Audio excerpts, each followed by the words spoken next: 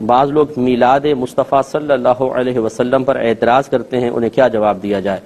دیکھیں، اعتراض کرنے والے کبھی باز نہیں آتے، اور جتنے بھی مدلل جواب دے دیے جائیں، بہترین قسم کے جواب دے دیے جائیں، جب سامنے والے نے یہ تہیہ کر رکھا ہو کہ میں نہ مانوں، تو پھر کس طریقے سے ہم منوا سکتے ہیں؟ تو آپ کی سے بھی میری گزارش ہے کہ کسی سے بحث کرنے کے بجائے آپ اسے تھوڑے دلائل بتا دیں، اگر وہ قبول کرتا ہے ٹھیک، نہیں مانتا تو ہمارا کام بتانا ہے، منوانا نہیں۔ میلاد مصطفیٰ صلی اللہ علیہ وسلم نبی کریم صلی اللہ علیہ وسلم کی ولادت کی خوشی کے اندر منائی جاتی ہے، اور خوشی کے لیے اللہ تعالیٰ نے خود قرآن میں اجازت دی ہے۔ قل بفضل اللہ وبرحمتہ فبذلک فلیفرحوا، اے حبیبہ فرمائیے کہ انہیں چاہیے کہ اللہ کے فضل اور اس کے رحمت پر خوشی منائیں۔ اور دوسرے مقام پہ وَأَمَّا بِنِعْمَةِ رَبِّكَ فَحَدِّثْ، اور اپنے رب کی نعمت کا خوب چرچا کرو۔ دونوں چیزوں کو اگر آپ ملا لیں تو اللہ کی نعمت جب ملے، اللہ کا فضل، اللہ کی رحمت حاصل ہو، اس پر خوشی منائیں اور اس کا اظہار بھی کریں۔ تحدیث نعمت کا مطلب ہوتا ہے نعمت کا اظہار کرنا، خود قرآن میں اللہ تعالیٰ بیان فرما رہا ہے۔ اب اس کا انداز کیا ہونا چاہیے؟ کیا قرآن نے مقید کیا ہے؟ اللہ تعالیٰ نے اجازت دی ہے کہ خوشی منائیں، اپنی نعمت کا اظہار کریں، لیکن کس طرح کریں مقید نہیں کیا، تو ہم جیسے چاہیں کریں، بس ناجائز حرام نہیں ہونا چاہیے۔ اس پہ مزید تھوڑا سا میں کلام کروں گا ایک مختصر سے بریک کے بعد۔ آپ کی خدمت میں ذکر کر رہے تھے کہ اللہ تعالیٰ نے اپنے فضل، اپنی رحمت پر خوشی منانے کی اجازت دی ہے، اور نعمت کو عام کرنے، اس کا چرچا کرنے کا حکم ارشاد فرمایا ہے۔ اب اگر ہم ایک عام امتی سے کویسچن کریں کہ بتائیے کہ اللہ تعالیٰ کی عطا کردہ سب سے بڑی نعمت کیا ہے، اس کی نعمت کا سب سے عظیم ظہور کیا ہے، اللہ تعالیٰ کا سب سے بڑا فضل کیا ہے، تو میرے خیال میں اگر ادنا سے بھی سمجھدار ہوگا کہے گا کہ ہمیں نبی کریم صلی اللہ علیہ وسلم کی امت میں اللہ نے پیدا کیا، یہ اس کا سب سے بڑا فضل و کرم ہے، پھر مسلمان بنایا، پھر اہل محبت میں سے بنایا۔ تو گویا کہ نبی کریم صلی اللہ علیہ وسلم کا ہمیں مل جانا، بحیثیت نبی کے ان کا ہمیں ملنا، اور ہمارا ان کا امتی ہونا، یہ اتنا بڑا فضل ہے، اتنی بڑی رحمت ہے، اتنی بڑی نعمت ہے کہ میں قسم کھا سکتا ہوں اس پر کہ انشاءاللہ جب آپ بروز قیامت پہنچیں گے تو پھر آپ کو اندازہ ہوگا کہ جس نعمت کی ہم نے اتنی قدر نہیں کی، وہ واقعی کتنی بڑی نعمت ہے، اور کس طریقے سے نبی کریم صلی اللہ علیہ وسلم کی نسبت کی برکت سے ہر شخص کو، ہر امتی کو پروٹوکول ملے گا، اس کا ہم اندازہ نہیں کر سکتے۔ رحمت کونین صلی اللہ علیہ وسلم فرماتے ہیں کہ خدا کی قسم جب تک میں جنت میں داخل نہ ہو جاؤں، پچھلے تمام نبیوں پہ جنت حرام ہے، اور جب تک میری ساری امت داخل جنت نہ ہو جائے، پچھلی امتوں پہ جنت حرام ہے۔ جو پہلے آئے ہیں وہ بعد میں جائیں گے، اور جو بعد میں آئے ہیں وہ پہلے جنت میں جائیں گے، اور بہت ہی عزت اور احترام کے ساتھ۔ تو جب ایک گھر میں بچہ پیدا ہوتا ہے، ہمارا ملک آزاد ہوا، کسی بڑی شخصیت کا یوم پیدائش ہوتا ہے، تو ہم خوشی کا اظہار کرتے ہیں، کیونکہ ایک فطری تقاضا ہے۔ تو پھر نبی کریم صلی اللہ علیہ وسلم جو اتنی عظیم نعمت ہمیں ملی ہے، اس پر خوشی کا اظہار کرنا کیسے منع ہو سکتا ہے؟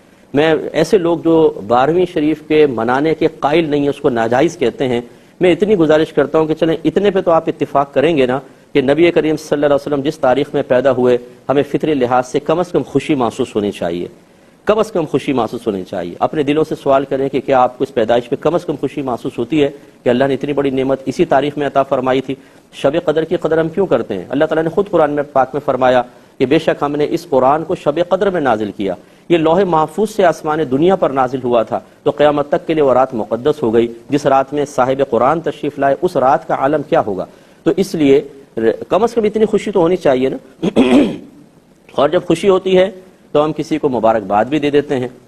اس کا ثبوت تلاش کرنا کہ جی کسی نے مبارکباد دی تھی، اگر آپ دیکھ لیں تو تاریخ بتائے گی آپ کو، جب نبی کریم صلی اللہ علیہ وسلم پیدا ہوئے، ہر فرشتے نے دوسرے فرشتے کو مبارکباد دی، ہر پرندہ درندہ چرندہ ایک دوسرے سے ملتا تھا اور ایک دوسرے کو مبارکباد دیتا تھا۔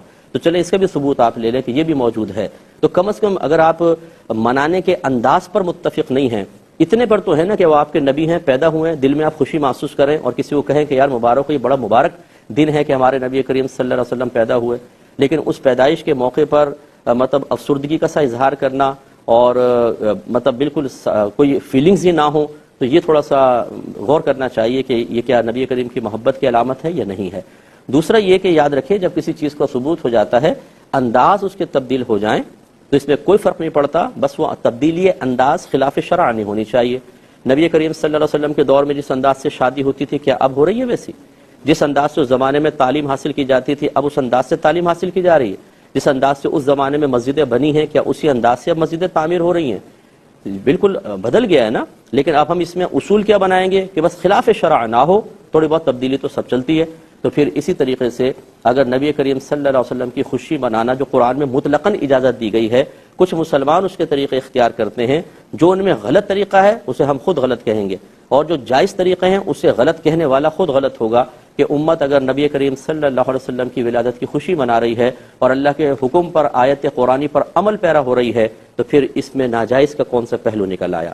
تو اس لیے سمجھنا چاہیے اس کو. تو میں آپ سے گزارش کرتا ہوں، جس بہن نے کال کی تھی، کہ یہ سمجھانا مطلب اس وقت نافع ہوتا ہے جب سامنے والا کسی اور سوچ کے تابع ہو کر مفلوج نہ ہو چکا ہو. جس کی سوچ مفلوج ہو جائے وہ کبھی قبول نہیں کرتا. جو مطلب کسی کے تابع ہونے سے ذہن کو ہٹاتا ہے اور پھر حق کو تلاش کرنے کی کوشش کرتا ہے، ہدایت اسی کو حاصل ہوتی ہے. ہم اصل میں پہلے ہی کسی کے تابع ہوتے ہیں. جتنے لوگ ناجائز کہہ رہے ہیں ان کو سامنے بٹھا کے کویسچن کر لیں تو گڑبڑا جائیں گے، جواب نہیں دے پائیں گے، لیکن آخر میں نتیجہ یہ نکلے گا نہیں ناجائز ہے، کیوں؟ ہمارے بڑوں نے کہا ہے. تو بس جس سے بھی سنا اس چیز کو اپنے ذہن میں بٹھا لیا، اس کے بعد کوئی حق کو قبول کرنے کے لیے تیار نہیں. اور یہ میرا ہر جانب میری یہ قول ہے، اگر کوئی شخص ایسا ہے جو میلاد مناتا ہے اور اس نے کوئی بات سن کر غلط چیز کو اپنے ذہن میں بٹھا لیا، اسے بھی چاہیے کہ حق کو قبول کرے. کتنی خرافاتیں آج میلاد کے نام پر رائج کر دی گئی ہیں، ان چیزوں کو ختم ہونا چاہیے. تو خلاصہ کلام یہ ہے کہ میرے خیال میں اگر کوئی دیانت دارانہ انداز سے میلاد مصطفیٰ صلی اللہ علیہ وسلم کے معاملے پر غور و تفکر کرے تو اس میں ناجائز کا پہلو اس کو نظر نہیں آئے گا.